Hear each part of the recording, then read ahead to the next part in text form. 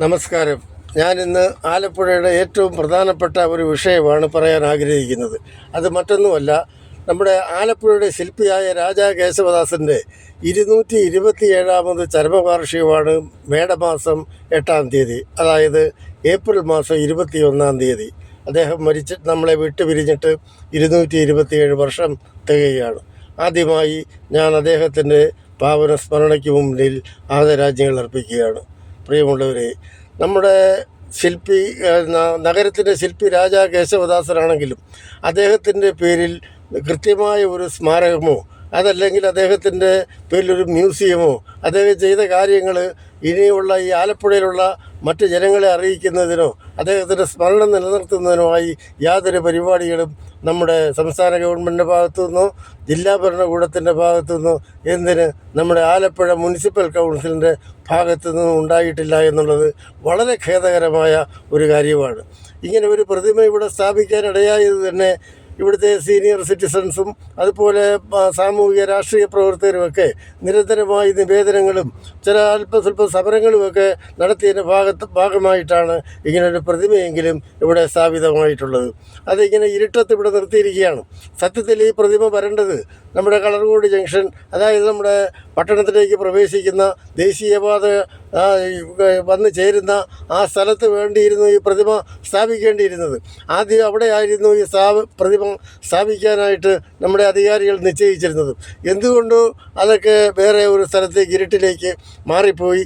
അതവിടുന്ന് മാറ്റി യഥാസ്ഥാനത്ത് സ്ഥാപിക്കുക എന്നുള്ളത് നമ്മുടെ കടമയാണ്, നമ്മുടെ ഉത്തരവാദിത്വമാണ്. നമുക്കറിയാം, ഇന്ന് തമിഴ്നാട്ടിൽ കിടക്കുന്ന വിളവങ്കോട് താലൂക്കിലാണ് അദ്ദേഹം ജനിച്ചത്. അദ്ദേഹം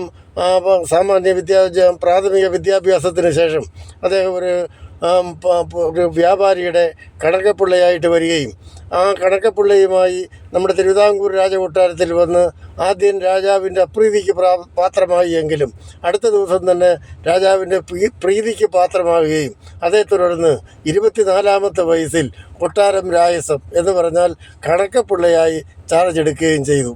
അങ്ങനെ ചാർജ് എടുത്തത് അദ്ദേഹം വിദേശകാര്യവും അതുപോലെ കച്ചവടക്കാര്യങ്ങളുടെ ക്ലർക്കായിട്ടാണ്, രായസമായിട്ടാണ് കൊട്ടാരത്തിൽ പ്രവേശിക്കുന്നത്. അദ്ദേഹത്തിന് കച്ചവട താല്പര്യങ്ങളൊക്കെ ഉണ്ടായിരുന്നതുകൊണ്ട് നമ്മുടെ തിരുവിതാംകൂറിൻ്റെ സാമ്പത്തിക സ്ഥിതി അന്ന് വളരെ മോശമായിരുന്നു. എന്ന് പറഞ്ഞാൽ നമ്മുടെ മാർത്താണ്ഡവർമ്മ രാജാവിൻ്റെ യുദ്ധങ്ങൾക്കും രാജ്യവിസ്തൃതിക്ക് വേണ്ടി അദ്ദേഹം നടത്തിയ യുദ്ധങ്ങൾക്കും ടിപ്പുവിൻ്റെ വരവിനെ ചെറുക്കാൻ കോട്ടകൾ കെട്ടേണ്ടതും പുതിയ സൈന്യത്തെ ഉണ്ടാക്കേണ്ടതിൻ്റെയൊക്കെ ആവശ്യം വന്നുകൊണ്ട് ധാരാളം പണം ആവശ്യമായി വന്നിരുന്നു. അപ്പോൾ അതിന് ഈസ്റ്റ് ഇന്ത്യ കമ്പനിയുടെ കയ്യിൽ നിന്നൊക്കെ രാജകുടുംബം കടം വാങ്ങിയിരുന്നു. അതൊക്കെ കൊടുത്തു തീർക്കാൻ പുതിയ നികുതികൾ അടിച്ചേൽപ്പിച്ച് ജനങ്ങളെ പിഴിയാനും രാജാവും ദിവാനും ആഗ്രഹിച്ചിരുന്നില്ല. അതിന് കോഴിക്കോട് സാമൂതിരി അതുപോലെയുള്ള ആളുകളുമൊക്കെ വിദേശികൾക്ക് കുരുമുളകും ഏലവും കറുവാപ്പട്ടയും ഗ്രാമ്പുവും തേക്ക് തടികളും ഒക്കെ അവരുടെ മലമ്പ്രദേശങ്ങളിൽ നിന്നും സംഭരിച്ച് വിൽപ്പന നടത്തുന്നത് പോലെ നമ്മുടെ തിരുവിതാംകൂറിനും അങ്ങനൊരു സൗകര്യം ഉണ്ടാക്കിയെടുക്കുന്നതിന് വേണ്ടിയാണ് സത്യത്തിൽ ആലപ്പുഴ പട്ടണം നിർമ്മിക്കാനുള്ള സാഹചര്യം ഉണ്ടായത്. അതിനു മുമ്പ് പുറക്കാട് കേന്ദ്രീകരിച്ചായിരുന്നു കയറ്റുമതിയൊക്കെ നടത്തിക്കൊണ്ടിരുന്നത്. അപ്പോൾ അത് മാറി ആലപ്പുഴ പറ്റിയ സ്ഥലമാണെന്നുള്ളത് ഒരു ബ്രിട്ടീഷ് എഞ്ചിനീയറുടെ നാവികൻ്റെ ഒരു കണ്ടെത്തലുണ്ടായിരുന്നു. അതോടൊപ്പം തന്നെ രാജാ കേശവദാസനെയും രാജാവിനെ ഇതൊക്കെ പറഞ്ഞ് മനസ്സിലാക്കി കൊടുക്കാൻ മാത്തൂത്തരകനും കൂടെ ഉണ്ടായിരുന്നു. അങ്ങനെ എല്ലാവരുടെയും ശ്രമഫലമായി അലകൾക്കും പുഴകൾക്കും മധ്യേ ഈ വളരെ ചതുപ്പായിട്ട് കിടന്നിരുന്ന ഈ പ്രദേശം, ഇവിടെ കുറുനരിയും ചീങ്കണ്ണിയും അതുപോലെ തന്നെ എല്ലാവിധത്തിലുള്ള പക്ഷികളും മൂങ്ങായും എല്ലാ വിധത്തിലുള്ള പക്ഷികളും പന്നികളും വരെ ഉണ്ടായിരുന്ന ഒരു സ്ഥലമായിരുന്നു. അതെല്ലാം വെട്ടിത്തെളിച്ച് റെഡിയാക്കിയെടുത്ത് നല്ല ഒരു തുറമുഖ പട്ടണം ഉണ്ടാക്കി വിദേശത്തു നിന്നും അതുപോലെ തന്നെ അന്നത്തെ തിരുവിതാംകൂർ രാജ്യങ്ങളായിരുന്ന മധുര, തിരുനെൽവേലി, നാഗർകോവിൽ, അതുപോലെ തന്നെ തമിഴ്നാടിൻ്റെ പല ഭാഗങ്ങളിൽ നിന്നും അതുപോലെ തന്നെ ബോംബെ മുതലായ പ്രദേശങ്ങളിൽ നിന്നും കച്ച്, സിന്ധ് അവിടെ നിന്നൊക്കെ വ്യാപാരികളെ കൊണ്ടുവന്ന് വ്യവസായികളെ കൊണ്ടുവന്ന് ഒക്കെ ഇവിടെ ഒരു നല്ല പട്ടണമാക്കി അദ്ദേഹം രൂപപ്പെടുത്തി തന്നു. പക്ഷേ അത് നിലനിർത്തിക്കൊണ്ട് പോകാൻ നമ്മുടെ പുതിയ ഭരണാധികാരികൾക്ക് കഴിയാതെ പോയതാണ് ആലപ്പുഴയ്ക്ക് പറ്റിയ ഏറ്റവും വലിയ അബദ്ധം.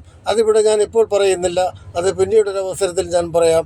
ഏതായാലും അദ്ദേഹത്തിൻ്റെ മരണത്തെക്കുറിച്ച് പറഞ്ഞു വരുമ്പോൾ അത് നമുക്ക് വിശ്വസിക്കാനും വിശ്വസിക്കാതിരിക്കാനും പറ്റാത്ത ഒരു രീതിയിലായിരുന്നു അദ്ദേഹത്തിൻ്റെ മരണം.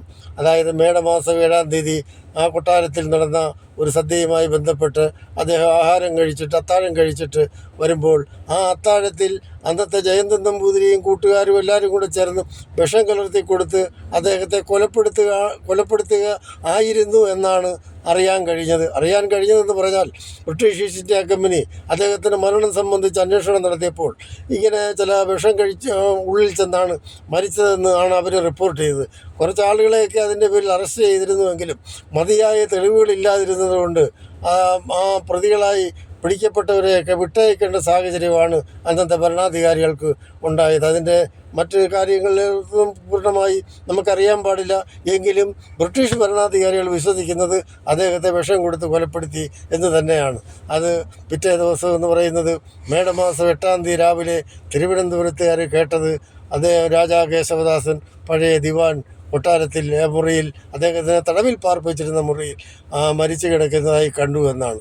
ഏതായാലും അതിൻ്റെ തിരുവനന്തപുരത്തുകാർ വളരെ ദുഃഖിതരായി, ആലപ്പുഴക്കാരും ദുഃഖിതരായി എന്നാണ് നമുക്കറിയാൻ കഴിഞ്ഞത്. കാര്യം ദുഃഖിക്കാതിരിക്കാൻ പറ്റത്തില്ലല്ലോ. അപ്പോൾ ആ ഒരു സാഹചര്യത്തിൽ അങ്ങനെ അദ്ദേഹം നമ്മെ വിട്ടുപിരിഞ്ഞു. 55-ാമത്തെ വയസ്സിലാണ് അദ്ദേഹം നമ്മെ വിട്ടുപിരിഞ്ഞത്.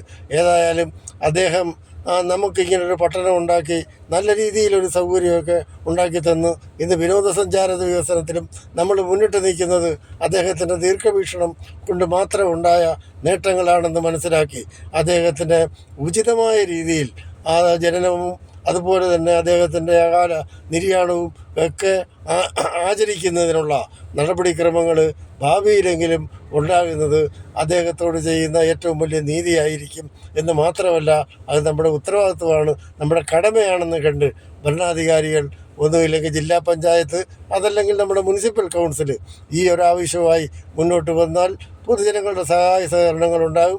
യാതൊരു തർക്കവും വേണ്ട. അത് നമ്മുടെ നമ്മുടെ ആലപ്പുഴ ശില്പിക്ക് വേണ്ടിയാണ് എന്നുള്ള കാര്യം പ്രത്യേകം ഞാൻ ഓർമ്മിപ്പിക്കുകയാണ്. അതിനായി എല്ലാവരും മുമ്പോട്ട് വരണം എന്നാണ് ഈ അവസരത്തിൽ എനിക്ക് പറയാനുള്ളത്.